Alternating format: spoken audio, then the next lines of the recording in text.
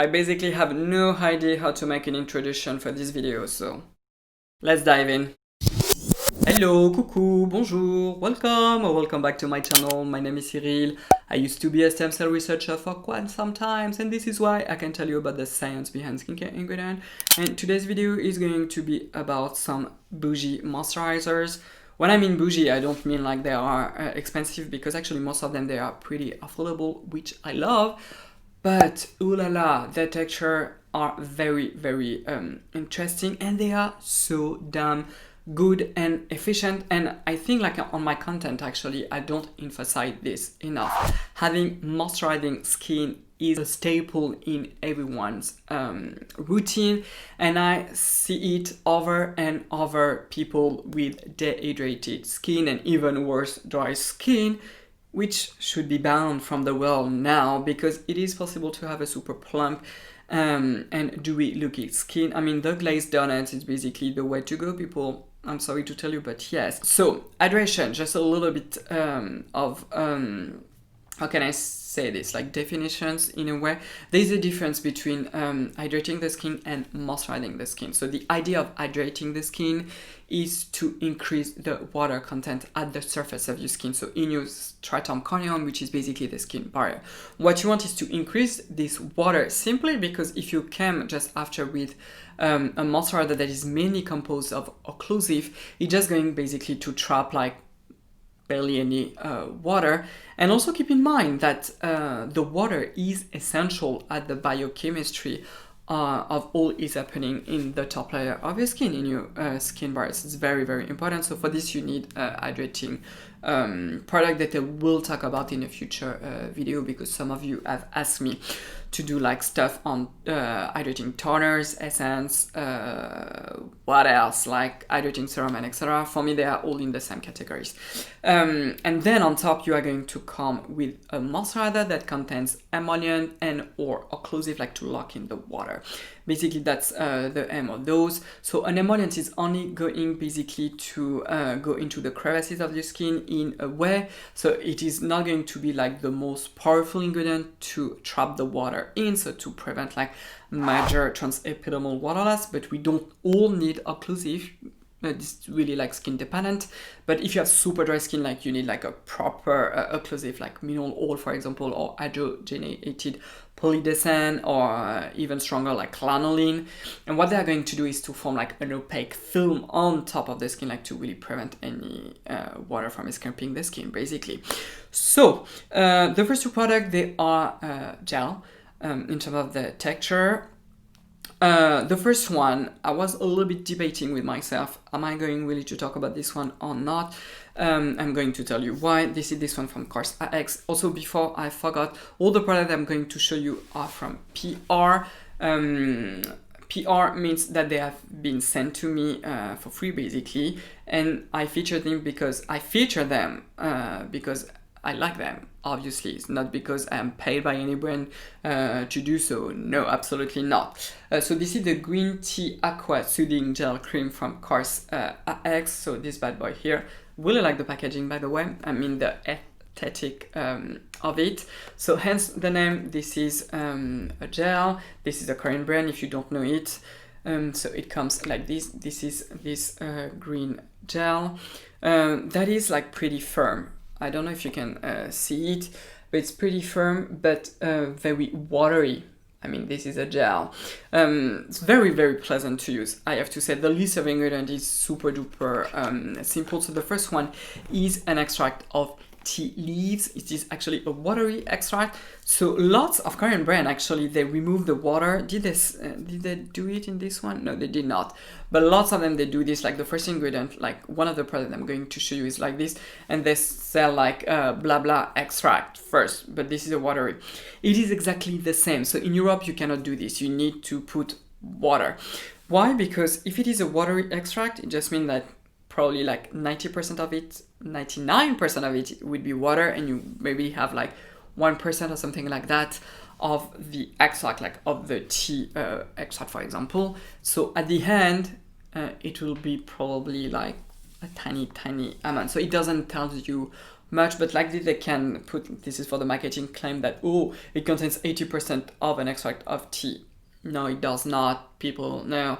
Anyway, this is shady marketing, but this is not the point of this video. So why I was debating about this one, it is because it is barely hydrating. It does not contain any emollients or occlusive. So by itself, if you want to use it like as a moisturizer, this is actually more of a hydrator.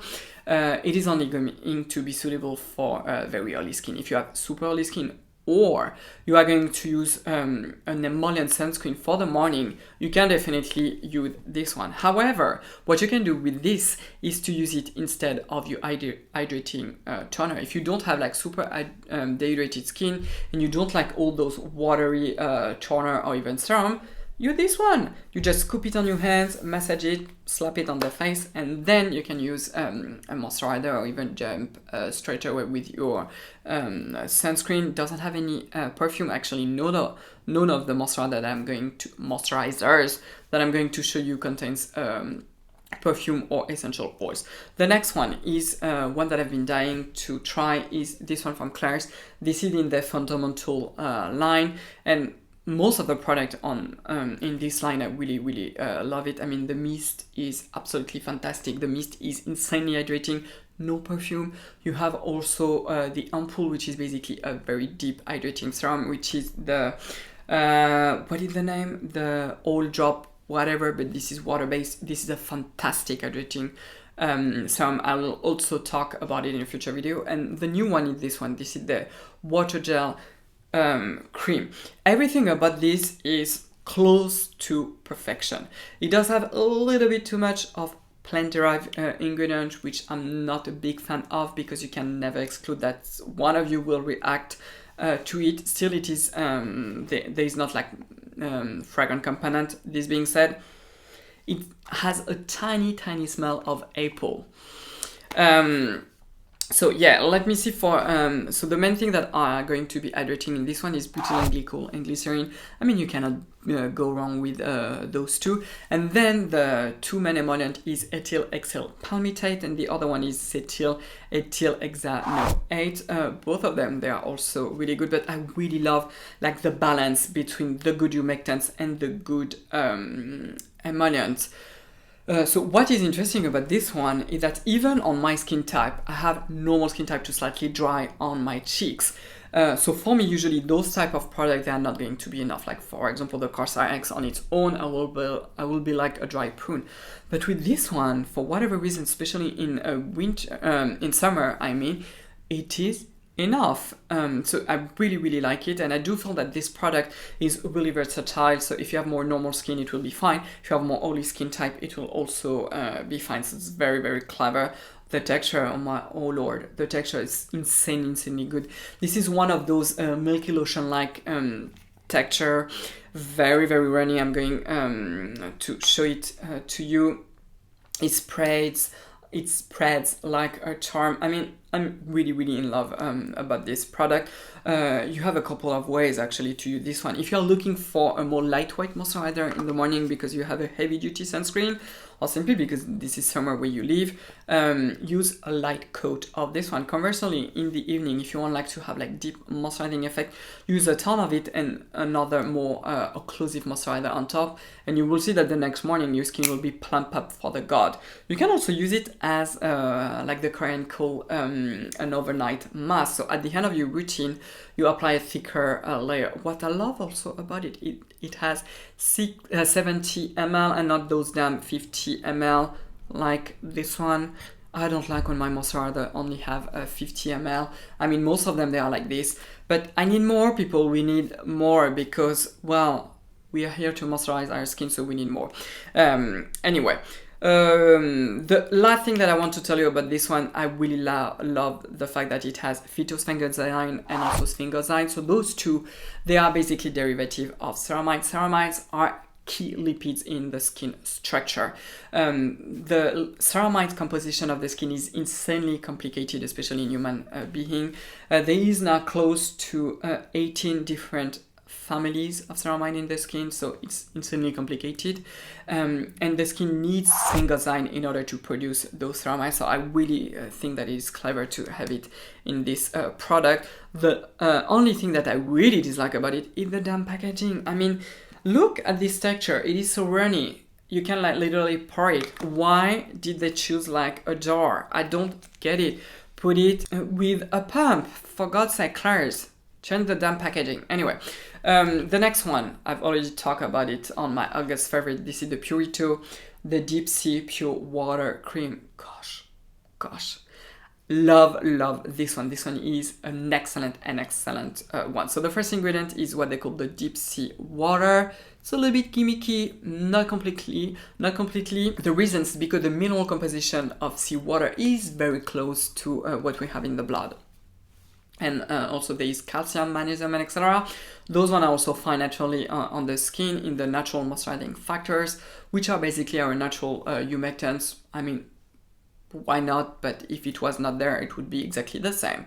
Anyway, then there is caprylic triglycerides, which are basically free fatty acids. So this ingredient really mimics what is already produced in our skin. So I really like this. It's very simple. There is nothing like amazing about it, but it works. It simply works. Then we have glycerin again. Very famous one, but so damn good. If tomorrow I am going to make my moisturizer, I will of course use probably those two ingredients there. This is a fantastic blend. You also have niacinamide. I don't know the concentration. You also have hyaluronic acid. You have actually 2% of niacinamide, which is great. You also have panthenol. I think you also have allantoin, if I'm not mistaken. I mean, overall, it is really well done, so affordable. And the texture, people, I've already showed it to you in my August favorite. The texture also is very modern, very elegant. You know, like those moisturizers that are really thick, that doesn't spread super well, what I call like the old school texture that we can find in so many Western products. This is not the case of this one.